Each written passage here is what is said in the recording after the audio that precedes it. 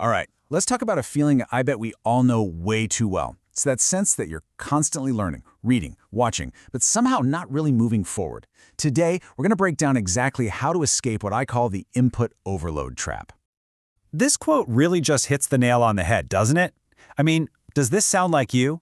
You've got 1,000 bookmarked articles, a whole queue of tutorials to watch, endless podcasts downloaded, but your own big projects are just sitting there, stalled. You're completely full of information, but you're getting empty results. It's such a weird paradox, right? You feel super productive when you're learning something new, but then at the end of the day, you look back and think, what did I actually, make?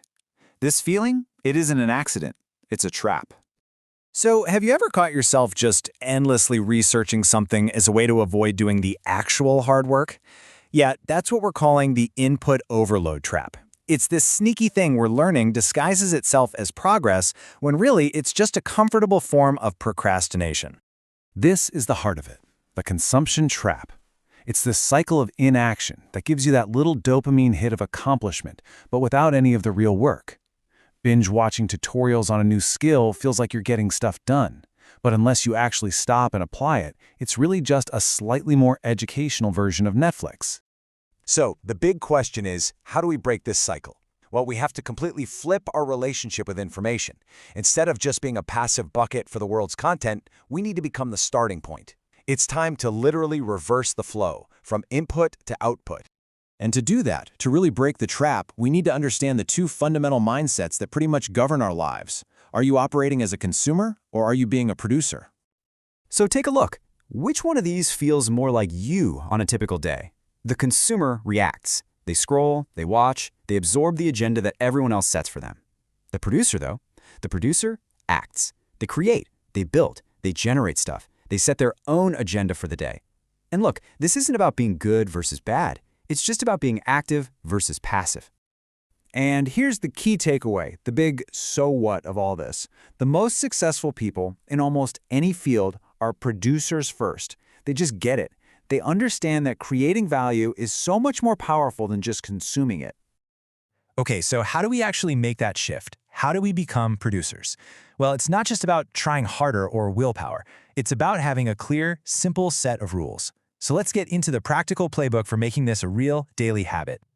The first rule is the most important one. It's simple, it's non-negotiable, and it will change everything. Create before you consume. Start your day with output, not input. And what does that actually look like? Just this. Dedicate the first 60 minutes of your day to production. That's it. One single hour. Before you check your phone, before you read the news, before you even think about scrolling through social media, you give that first hour to your own goals. I mean, think about it. This is all about reclaiming your morning.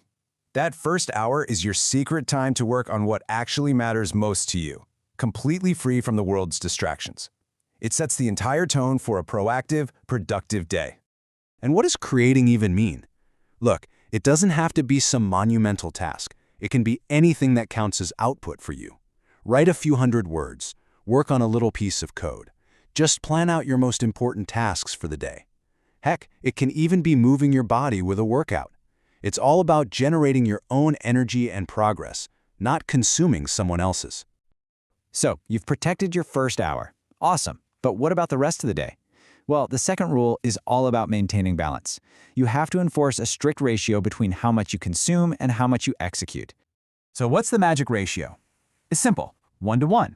For every single hour you spend consuming, reading articles, watching educational videos, taking a course, you must demand 1 hour of execution, 1 hour of actually applying what you learned, building that project, or taking real action. This is what makes sure that learning is always tied directly to doing. Now, knowing all these rules is one thing, but actually living them, that's a whole different ballgame.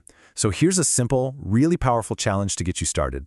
So you ready for the morning block challenge? It is incredibly straightforward. For just 1 week, that's it, 7 days, commit to these 3 steps.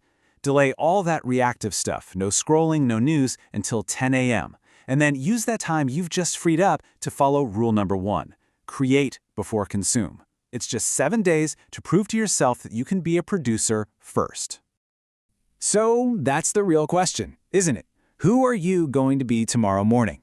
Will you be a consumer, just reacting to the world's alerts? Or will you be a producer, setting your own agenda and finally taking action on what really matters to you? The choice is yours.